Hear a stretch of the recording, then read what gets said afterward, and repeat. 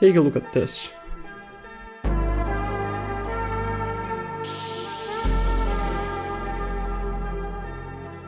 What I'm showing you is not a Linux distribution. Rather, it is based on a completely from scratch custom kernel that I've been writing and documenting in a series of videos. It has gotten quite far. The Xorg display server works flawlessly with TWM, I can run this ancient text editor application and generally mess around with the mouse and keyboard. This may not look like much, however to reach this point I had to implement things like Unix signals and sockets for process communication, the OSDev protocol for input devices, multitasking and other stuff. Mind you, these are just the things I did in the last video. Don't even get me started on lower level boilerplate stuff, such as the GDT, IRQ, ISR, syscall handling, interrupt scheduling, and the drivers for hardware devices. Now was the time to finally start making it functional. The first thing I wanted to get done was connect the command line interface to this new graphical interface. This is done using mysterious applications called terminal emulators. A logical question to ask here would be, why is it called an emulator? Isn't it just a terminal app where you write text and get back some output? As with most things in computing, it's for historical reasons. To not bore you much, back in the day we had these humongous machines, which you would control with these terminal interfaces over a bunch of different standards. These were the real heavy terminals, not the weak little virtual terminals we got today, which you can launch an infinite amount of. Okay, that's enough terminals, we get your point. This is why graphical terminals are called emulated, because they are not the real thing.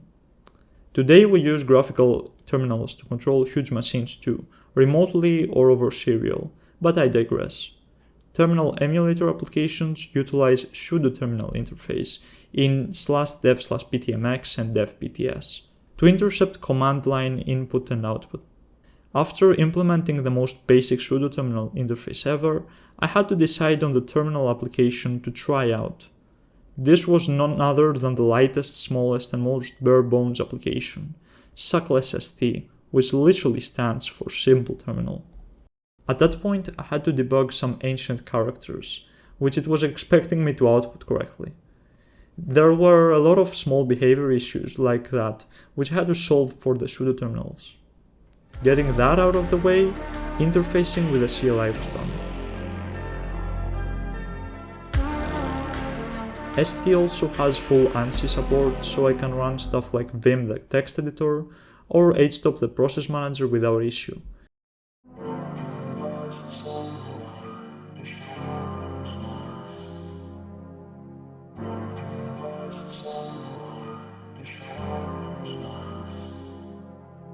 Also, I am able to multitask the command line. How cool is that?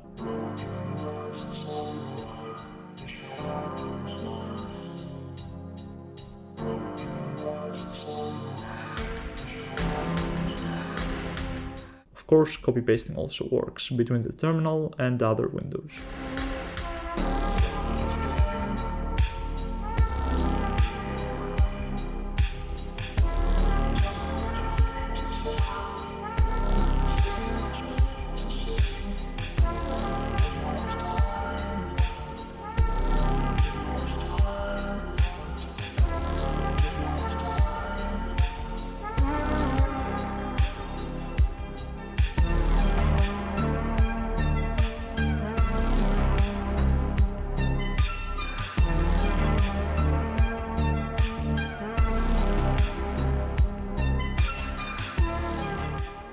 The progress we have made has opened up a lot of huge possibilities.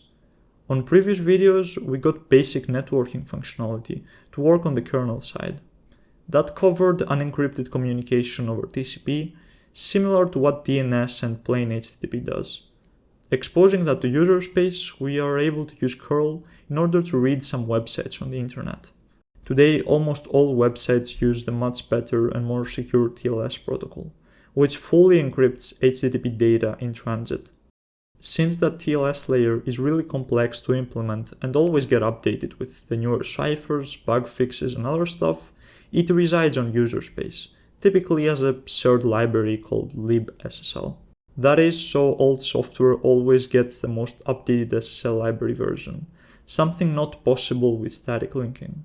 Back on TLS solutions, the most mature and common implementation for this is the OpenSSL library, which is used in Linux and used to be included in older macOS versions.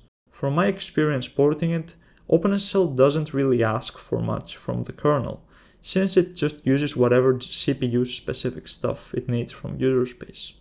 After a lot of work with sockets and inter-process communication, I was able to use software which depended on it properly, something like curl. The amount of functionality opened up by encrypted communication was just insane. This was the first time I communicated with my own infrastructure over my own operating system, which was pretty darn cool. Apart from that, I managed to hit Discord webhooks and get messages out of the OS and into my community. Downloading wallpapers and various files from the CLI also works. Moving on from this point required something rather difficult to achieve, which was some general system stability. I fixed a ton of memory corruption bugs, Heisenberg bugs, and other things which were tedious to diagnose.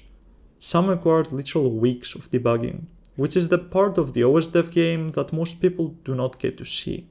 Months of research, development, and pain go behind these videos, so that kinda explains my very good upload schedule. I settled on spending that amount of time improving the current C codebase, which is still an ongoing effort.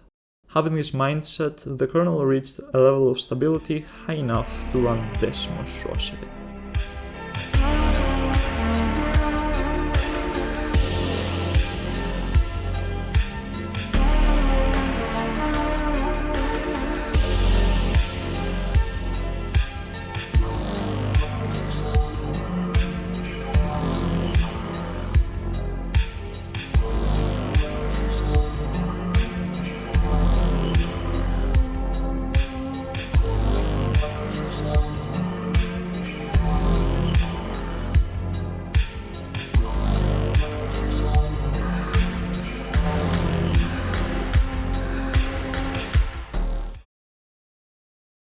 Do not get me wrong, the whole thing is far from perfect. For example, I haven't taken security into consideration at all so far. Apart from that, it still needs a ton of work and polishing in many aspects. However, I am pretty satisfied with its current state. All of the code written here is open source, licensed under GPL3, and publicly available on my GitHub. If you liked what you saw, subscribe and join our community. And until the next one, stay safe everybody.